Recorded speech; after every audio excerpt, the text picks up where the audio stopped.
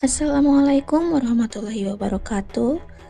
Perkenalkan, nama saya Rizka Erika dari jurusan Ilmu Politik angkatan 2023 dari kelas A dengan NPM 233507033. Tugas video ini untuk memenuhi UTS mata kuliah Pemikiran Politik Islam.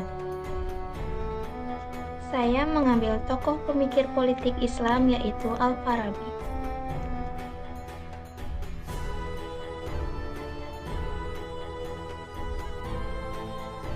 Nama lengkapnya adalah Abu Nasir Muhammad bin Al-Faroh Al-Farabi. Al-Farabi lahir di Farok, Kazakhstan pada 259 Hijriah atau 872 Masehi dari seorang ayah keturunan Persia dan ibu berdarah Turki. Al-Farabi adalah seorang ahli ilmu-ilmu agama seperti fikih, tafsir, dan hadis, filsafat, tata bahasa, kesusastraan, aritmetika dasar, hingga musik. Al-Farabi adalah tokoh dalam bidang filsafat yang sering disebut sebagai guru kedua setelah Aristoteles, yaitu guru pertama. Pengembaraan Al-Farabi Baghdad, Suriah, yang saat itu menjadi pusat kebudayaan Yunani di Asia Kecil. Al-Farabi meninggal tahun 952 Masehi atau di usia 80 tahun. Gagasan utama Al-Farabi yang pertama ada negara utama. Negara utama Al-Madinah Al-Fadilah merupakan negara yang dihuni oleh masyarakat yang saling bekerja sama dan tolong-menolong. Negara utama dipimpin oleh seseorang yang sempurna secara akhlak dan kecerdasan. Negara utama harus menerapkan sistem pembagian kerja untuk menciptakan kemandirian ekonomi. Negara utama harus menerapkan kebijakan ekonomi yang sesuai dengan prinsip-prinsip syariat Islam. Yang selanjutnya ada pendidikan dan kebahagiaan. Pendidikan diperlukan untuk semua warga negara dan metode pengajaran harus disesuaikan menurut kelompok tertentu. Kebahagiaan merupakan kebaikan puncak dan tujuan hidup yang paling utama bagi manusia. Kebahagiaan tidak akan didapatkan oleh manusia kecuali melalui asosiasi yang bekerja sama dan berkumpul bersama. Kebahagiaan dapat diraih melalui kerjasama dan tolong-menolong dalam rangka memenuhi kebutuhan. Selanjutnya ada analisis tentang relevansi gagasan Al-Farabi dengan kondisi umat Islam Indonesia saat ini. Gagasan Al-Farabi tentang negara utama, pendidikan, kebahagiaan.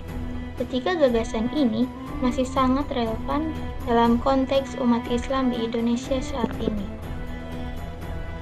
Yang pertama ada negara utama dan kepemimpinan yang ideal. Relevansinya, Indonesia menghadapi tantangan dalam kepemimpinan, seperti korupsi, politik identitas, dan kurangnya pemimpin yang berintegritas.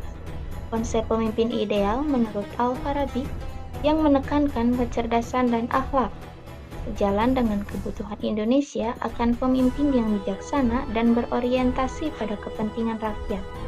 Penerapannya, pemilihan pemimpin yang berintegritas dan berwawasan luas, serta peningkatan pendidikan politik bagi masyarakat agar lebih cepat cerdas dan memilih pemimpin.